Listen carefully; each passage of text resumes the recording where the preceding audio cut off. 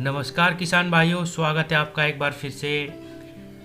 किसान भाइयों, ये जो फसलें आप इस वीडियो में देख रहे हैं, गोभी की फसल हो, वो चाहे गेहूं की फसल हो, वो चाहे मटर हो, वो चाहे चना हो, वो चाहे मूंग हो, वो चाहे भिंडी हो, या कोई भी फसल हो, किसान भाइयों हम इस ट्रेंच के साथ उनको लगा सकते हैं।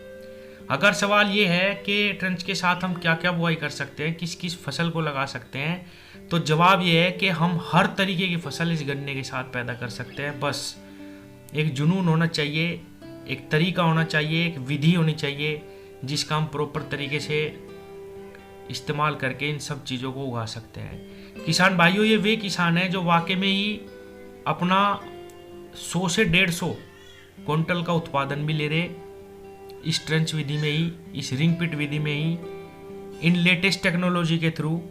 और बीच में हर तरीके की, ये देखिए चना हो या गेहूं हो, किसी भी तरीके की फसल हो, ये सारी की सारी उनमें लेते हैं और सफल तरीके से लेते हैं। ये जो आप वीडियो में देख रहे हैं, ये सब वही किसान हैं जिन्होंने ये सब पॉसिबल करके दिखाया। किसान भाइयों, ये जो बीच की जगह होती है,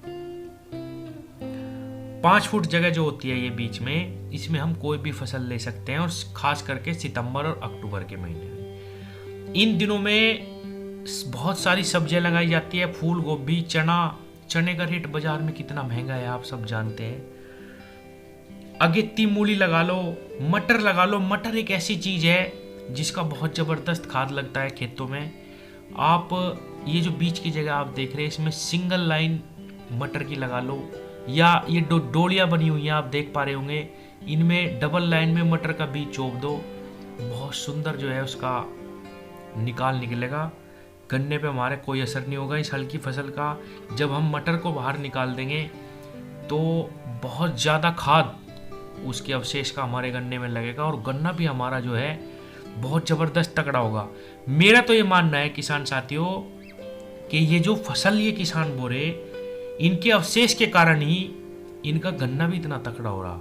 वरना आप खुद बताओ, हमारे क्षेत्र में भी डाई पे डाई बगा रहे लोग, खूब मेहनत कर रहे, लेकिन 150 का एवरेज किसी का नहीं आता, लेकिन इनके खेतों का आता है।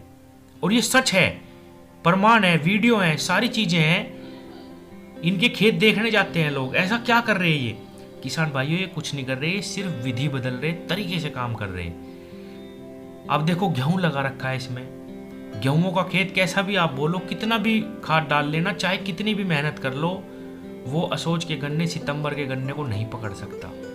ये देखिए आलू डबल लाइन में बोया गया है, कितना सुंदर प्लॉट है। ये देखिए एक किसान द्वारा बीच में 8 फुट जगह छोड़ दी गई थी, इसमें इन्होंने बाद में हल्दी लगाई, पहले बहुत सारी अन्य फसल ली।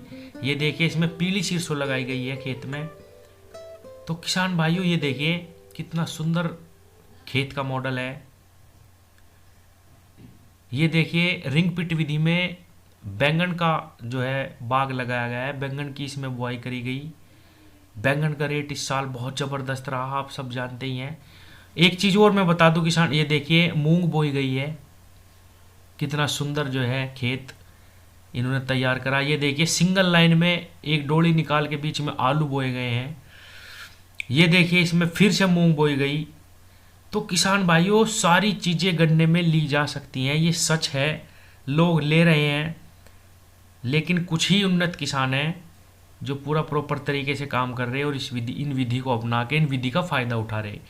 ट्रेंच का या रिंग पिट विधि का असली फ़ायदा तभी है जब हम इनमें बीच में कुछ फसल ले पाएँ, वरना वो तो परंपरागत तरीके से भी रहे।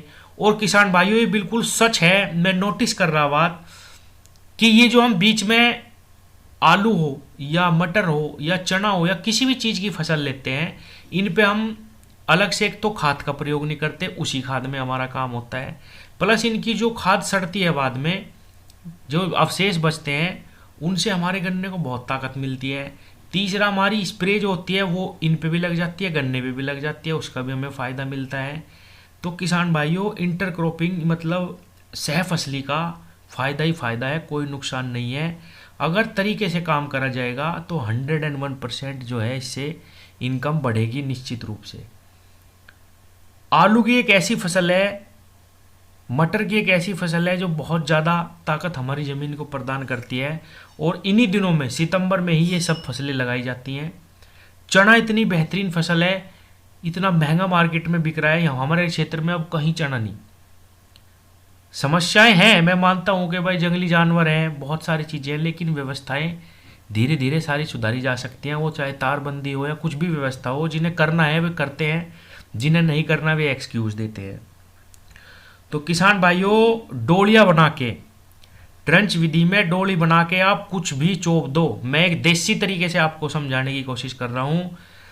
डोली बना के आप कुछ भी चोप दो, वो होगा, निश्चित होगा। वो चाहे सिरसों हो, एक लाइन में, 2 लाइन में सिरसों बो दो, 2 लाइन बना के उसमें आप बैंगन, वो क्या नाम, आलू बो दो, आप उसमें चना बो दो, आप उसमें मूली बो दो, और भी कुछ नहीं तो आप उसमें सलजम बो दो, आप उसमें पालक बो दो, आप उसमें इस टाइम पे कोई भी सब्जी जो आने वाली है आप उसमें डोली निकाल लो और बो दो, डाली निकाल लो और बो दो, डोली।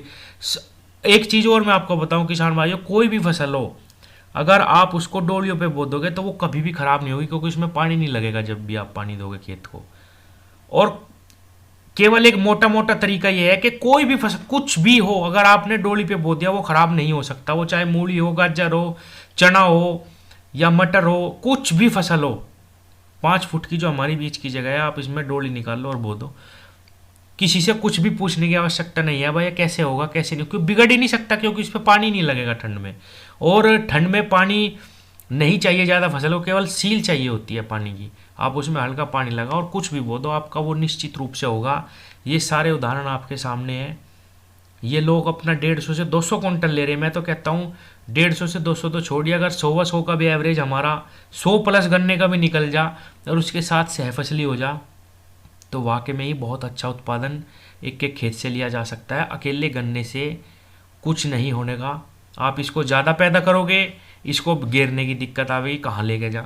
आप इसको कम पैदा करोगे तो खेत खराब हो जाएंगे, क्या करें भाई, पैदा नहीं हो रहा।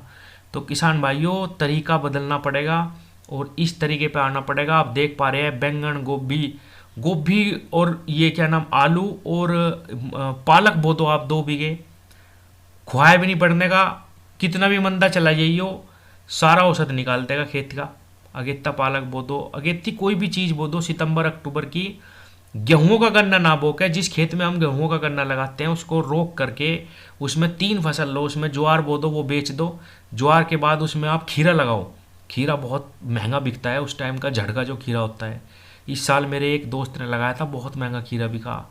खीरे के बाद उसमें आप तीसरी फसल फिर गोबर की खाद डाल के अच्छी तरीके से उसमें, या तो रिंग पिट में या सिंगल लाइन में या डबल लाइन बोलो, बीच में 50-60 इंच बीच में 5 फुट जगह खाली छोड़ के उसमें आप इन सब में से कुछ भी फसल लगा सकते हैं। सरसों ही लगा लो, सरसों के बाद आप उसमें फिर कुछ और लगा लेना फरवरी में, स्टार्टिंग में ही।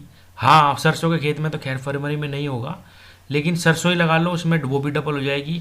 गेहूँ का गन्ना ना लगा के हमें असोज का गन्ना लगाना स्टार्ट करना चाहिए, जिससे बहुत अच्छी इनकम ली जा सकती है। गेहूँ का खेत हमेशा कमज़ोर रह जाता है, इसमें चाहे अच्छा भी हो, लेकिन आप उसमें ज़्यादा लागत लगाओगे और कम निकलेगा, वो ये सच्चाई है।